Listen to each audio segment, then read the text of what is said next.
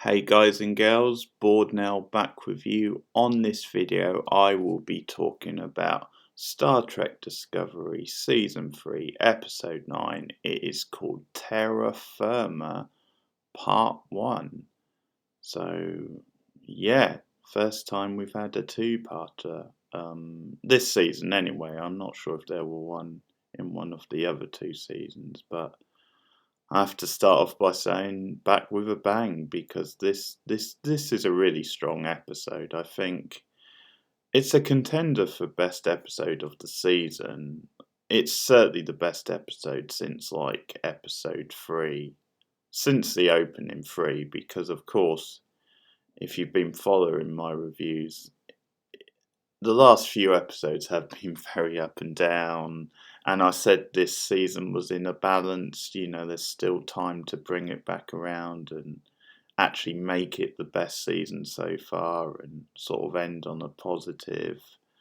Um, yeah, it had a good start, the opening 3, maybe 4 episodes, and it's not like it's been terrible since, but it has been a bit more mediocre since those opening 3 episodes. But yeah, this really brings things back around. It's a sort of a great like high concept sort of Trek style episode, and I think that's one reason it's so strong.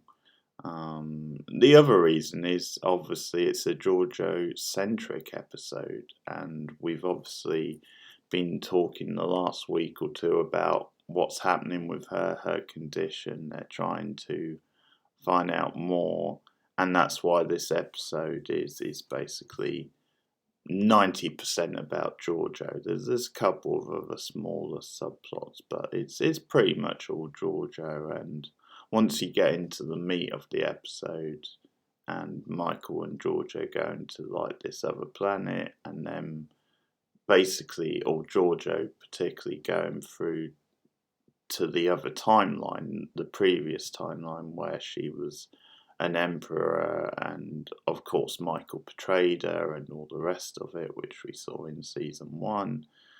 And the episode from that point onward, in like the second half, really takes you to places. It feels kind of a lot more ambitious and exciting than most Star Trek Discovery episodes tend to be. So I'll talk more about that, but there's definitely a focus to this episode, which gives me some hope, especially since it's a two-parter. So obviously the second half next week, or this week as I'm recording this, it's going to have that, that's going to be the bulk of the episode again, I would think, this storyline. So it kind of gives me hope that the next episode could be a good one as well. Yes, so what happens is David Cronenberg returns, and he tells them that what he thinks has happened to Giorgio is as a result of her travelling back and forth in time, and he points to this other example of like a former Starfleet crew member who had these, similar sort of effects, similar sort of blackouts, as a result of like a collision in time, like the two timelines sort of clashing into each other as he transformed back and forth. And he thinks something similar might be happening to Giorgio, and that's when it's suggested that they go back to the planet where her original timeline is, the other timeline, to get some answers. And so Michael and Giorgio travel to the planet, and basically we end up with Giorgio in the other timeline, and everything's been reversed. It's obviously she's back as an emperor, but Michael is like plotting against her, and it does this whole like, I'll talk more about it in a minute, but it does this whole like almost role reversal thing with some of the characters. In some ways, because we're following it from Giorgio's point of view, she almost becomes the sympathetic one. Like, to a certain extent, she's still acting like Giorgio, but because, you know, she is like the protagonist in the episode, and because she's not, we know that she's here to try and save herself, essentially. So it's not like she's here for like sinister sort of motivations, and she's the one actually being plotted against.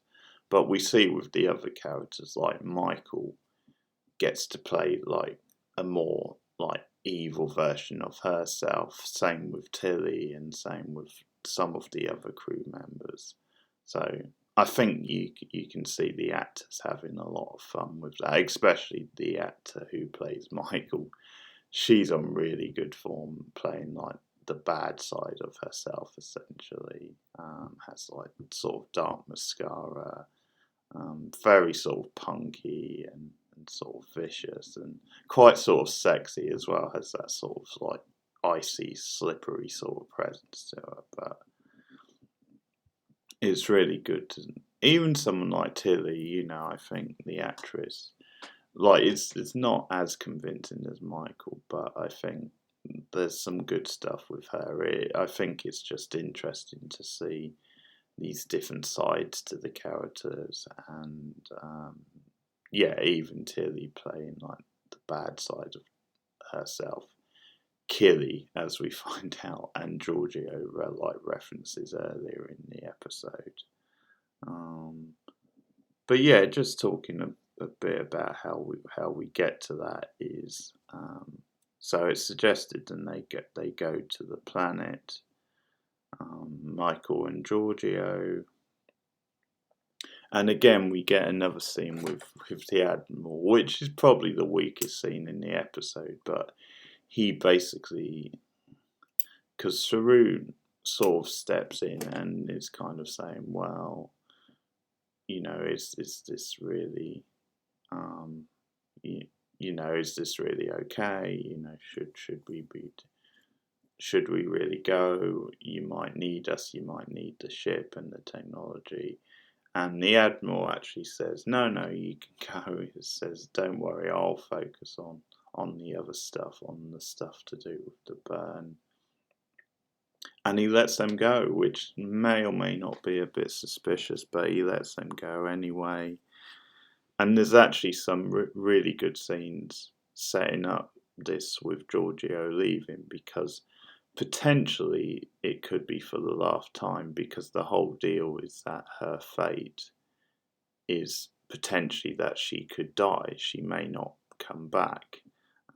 So we get a scene early on in like the cafeteria when Tilly's trying to like support her, trying to be like sensitive to her needs, and classic Giorgio, she just lashes out and she like throws like Tilly's soup all over her.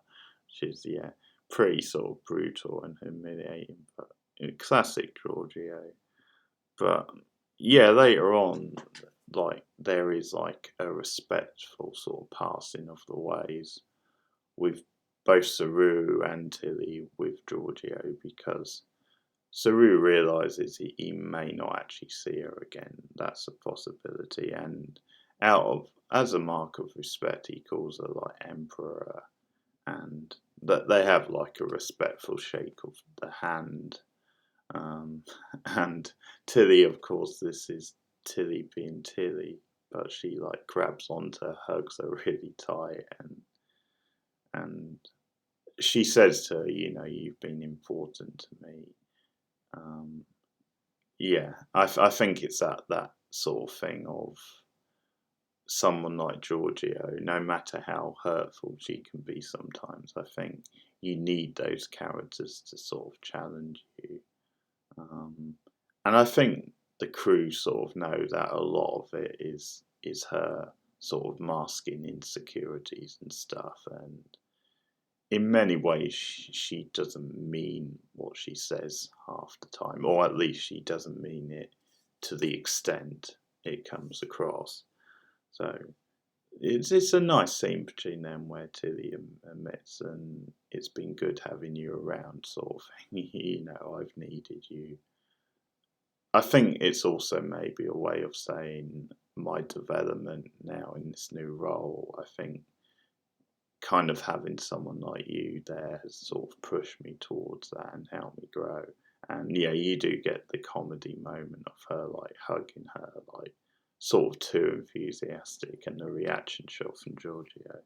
So it's a great shot. It's a nice goodbye. And yeah, her and Michael go off to the planet.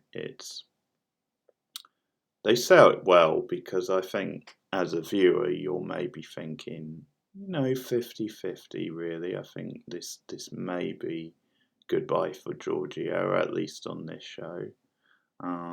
But then again, it might not. It is sort of in the balance. So I think they do a good job of selling that.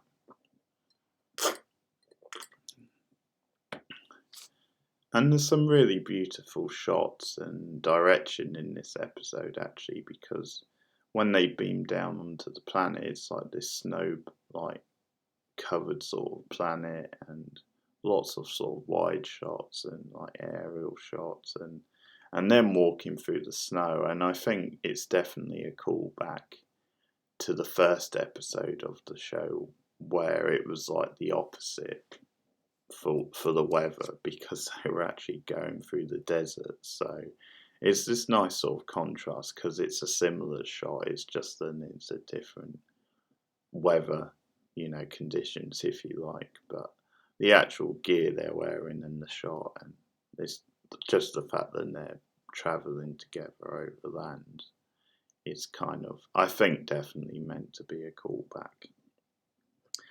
And this is when things take a bit of a bizarre turn, and a bit of a surreal turn, which is, it's sort of good. I think it's something you like to see Star Trek do sometimes, because it is probably something that the show doesn't do that often.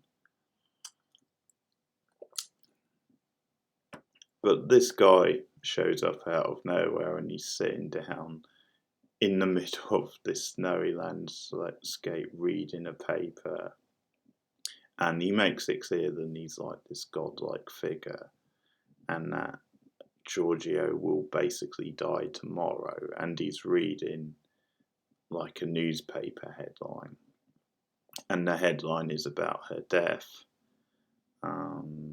And obviously they think it's a paper from that day, so they question this. Well, if I die tomorrow, then why have you got it in today's plan? And that's when he reveals, no, it's actually tomorrow's paper.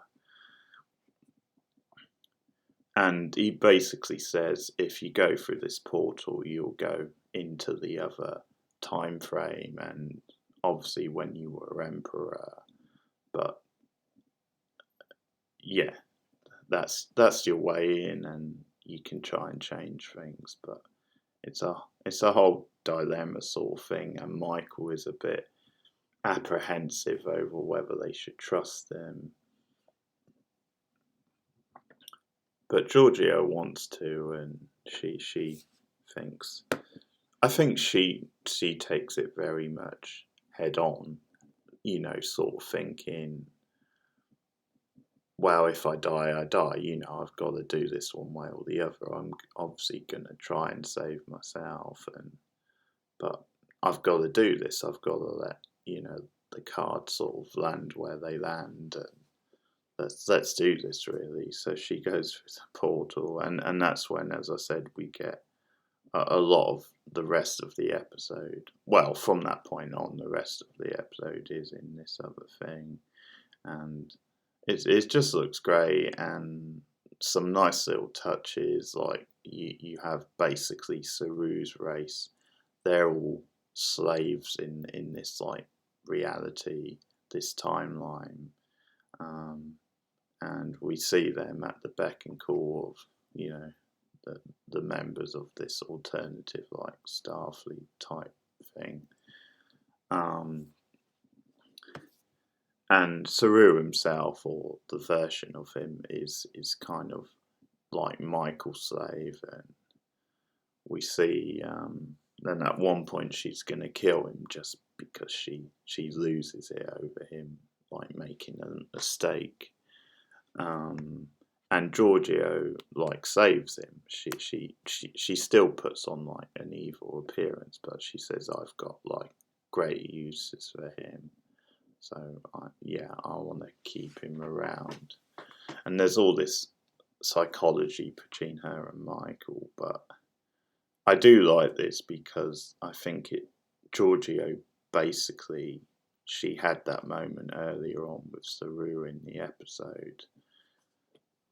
So this is growth for Giorgio, and it's also her doing the right thing essentially, because she has the morality to say, to kill this innocent being isn't right. So she obviously has to put on an appearance that she's doing it for her own purposes, and she has like no attachment to it. But obviously that's part of the reason why she does it. So it's good stuff anyway, and we start to see, as I said, the different sides of the crew. So one of them, there's a fight over like this position which has come up, and a vicious fight, and it's right before the ceremony. And it's getting into that sort of stuff then under this sort of, almost like Nazi dictatorship regime type, that you're going to have this really, you're going to have people fighting it out almost to the death for like roles and different jobs and stuff. And it's again just painting the picture of this alternative, like, to what we know Starfleet as, basically.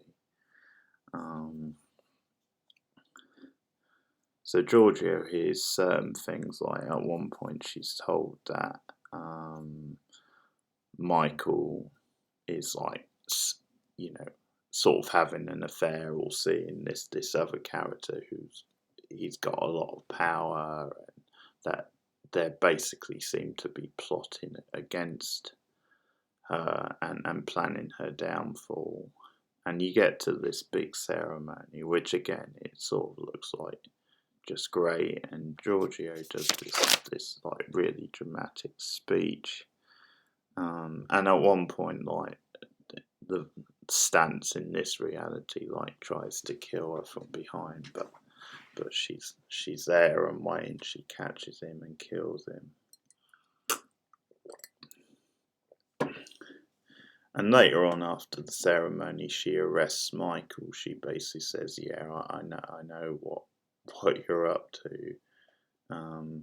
And it's this thing where she almost kills her, which actually mirrors another scene earlier in the episode, except it's